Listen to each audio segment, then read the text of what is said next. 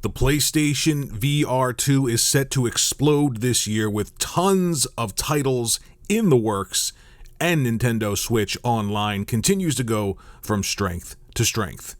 Here we go.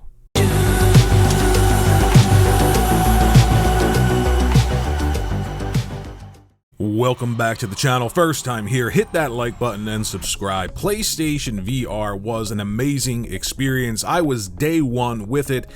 And I have to say, having a different way to play video games as opposed to the way that we all play them traditionally was absolutely crucial to the experience that I had with the PlayStation 4. I think it's a pivotal experience, and the only console maker offering VR last generation and again this generation is going to be PlayStation, which is kind of sad. I would have loved for Xbox to get into the VR space, but PlayStation VR2 promises to deliver a whole host of new upgrades. The resolution per eye, motion tracking your eyes, individual fingers, and of course, that frame rate would be much better, which is pivotal for the experience while you're in these virtual spaces. So what does Sony have in store for PlayStation VR2? Well, according to VideoGameChronicle.com, and I will link the article in the description below, Jim Ryan says that Sony Interactive Entertainment is spending a considerable amount of money securing VR content from third-party developers and first-party developers.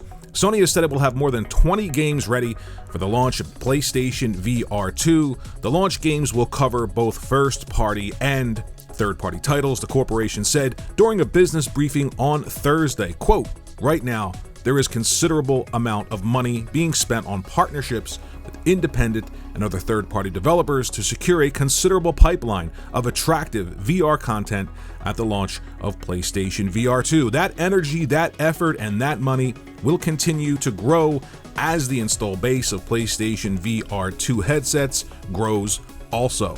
4K HDR 110-degree field of visuals with foveated rendering, OLED display will offer 2000 by 2040 resolution per eye, and frame rates of 90 to 120 Hz are the promise of PlayStation VR2. I'm extremely excited about this, and the idea that they're splitting their development, creating huge AAA games for the PlayStation 5, and also supporting this new technology, this new piece of hardware for new experiences.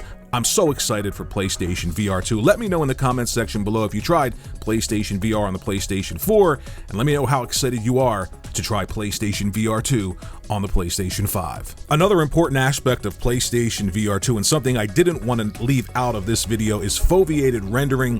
What is that, you might be asking yourself? That's a rendering technique that uses an eye tracker to essentially improve the graphical quality of VR software by reducing the image quality in the peripheral vision of the user. Essentially, if you're not looking at something, all the processing power goes towards what you're looking at and then switches back and forth based on that eye tracking. An incredible technology coming to the PlayStation 5. Nintendo Switch Online continues to go from strength to strength, adding games to their NES, Super NES catalog, N64 catalog as well.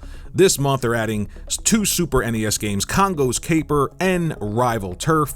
Congo's Caper is a simple 2D platformer. If you've ever played any games back in the day, you'll be familiar with this style of game. Really fun run, jump, platformer-esque type of a game. And I remember this game, and most games played like this back in the day.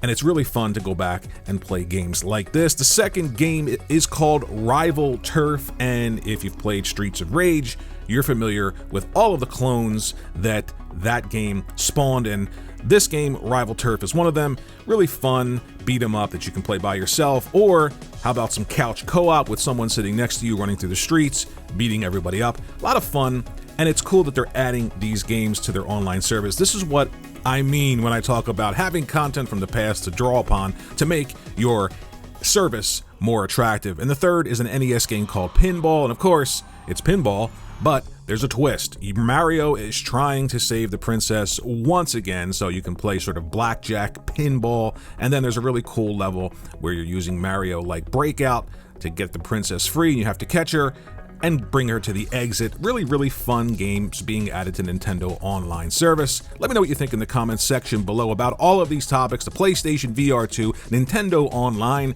and I'll see you in the next video.